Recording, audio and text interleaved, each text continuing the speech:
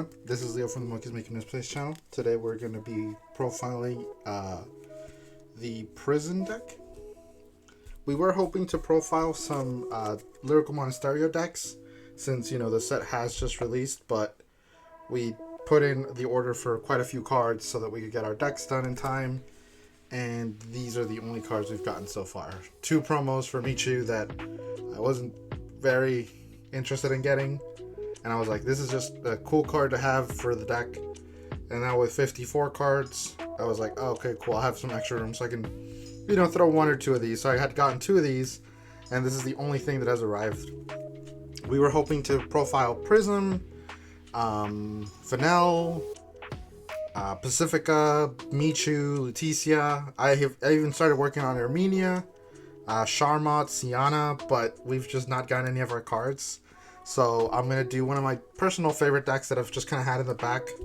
Not really played it much on the channel, simply because it's not the most complicated deck to really build, especially with how much stuff kind of just needs to be in the deck. The ride line, obviously you can't change it because the grade 1 gets you the Prism, and the grade 2 just kind of lets you take a card from your opponent's hand, which is always nice.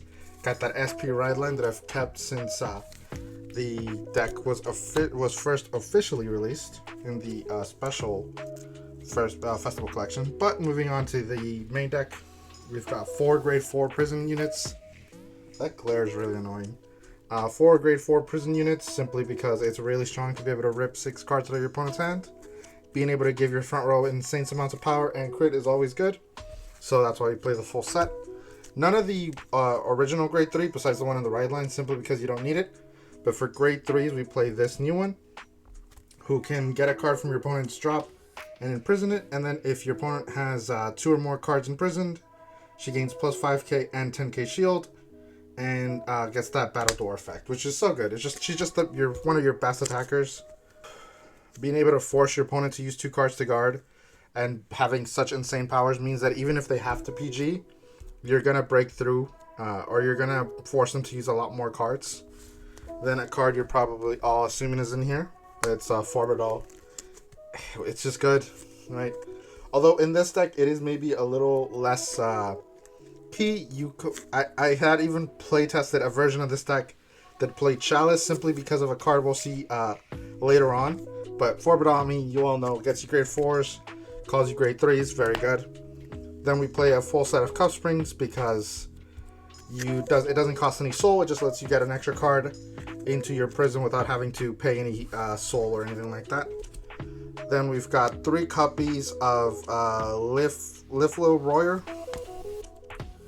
a nice card that gets you some extra units on board, and it gets some extra power, so it's always good. Not a full set, simply because I needed to make some room for some other cards that I kind of wanted to test out, so only 3 of those. 3 Shovel Stud.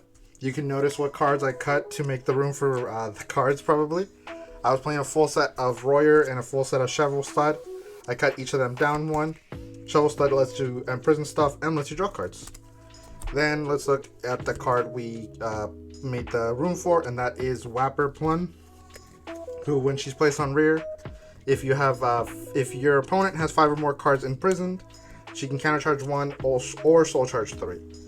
The countercharge is not as key in this deck. You don't really care about it too much, especially with your grade 4 being able to ignore those costs on its effect.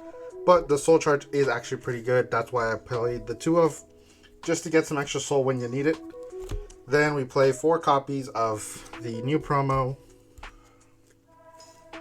Security Upgrader that says if you have Vanguard with Seraph in its card name, you did not ride this turn, you can retire it to search your deck, hand, or drop for a grade 4 card with Seraph, write it on stand, and your Vanguard doesn't have to pay CB for its effects. And then you also get to get a card from your opponent's drop and imprison it. It's just such a good card. I don't know why they wanted Prison to eat so good, but this card is incredible. It's a 4 of pretty much in every Prison deck, as long as you're playing the grade 4, but it's so good.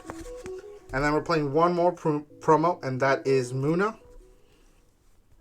because you can just use this to draw cards, and then it can gain resist. If your order zone has 3 or more cards, it can't be chosen, and it gets +5. This counts the cards that your opponent has imprisoned. So it'll be a 13k unit with essentially resist. And then when any player's unit is placed on rear from your order zone, during either player's turn, you can Soul Blast one to draw a card. So it allows you to keep drawing cards to keep your hand size full.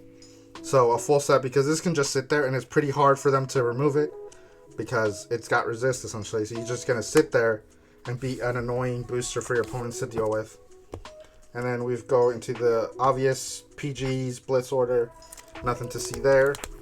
And then you've got your one prison because you needed to imprison stuff. For triggers, we're playing the Brant OT because if your Vanguard can already give your units crits, doubling those crits so that they're all 4, a lot scarier.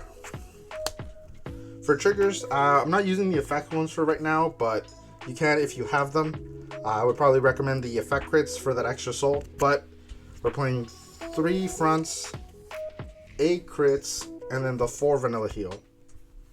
Pretty standard trigger lineup there. This deck is very, very strong, I think, and it might actually be able to do something now with the 54 cards decks, 54 card rule change, but we'll have to see. We will be playing this against Magnolia Masques, who is one of Cat's also favorite decks that he's kind of just kept in the background. There are some decks that we just like to keep for ourselves and for fun, but as we were unable to get all the Lyrical Monasterio cards we needed, here we are playing some of our more for fun decks, or our homebrew decks, essentially, I guess you could call them. These aren't really made to be competitive, but they're built in the way that we like them the most. So yeah, hopefully by next week we can get you guys some Lyrical Monasterio decks. If not, we're gonna have to figure something out because we're running out of like backup decks, and we don't really like recycling the decks until they've received a decent shift in their deck's playstyle. But with that, this has been Leo. I'll see you all on Cray.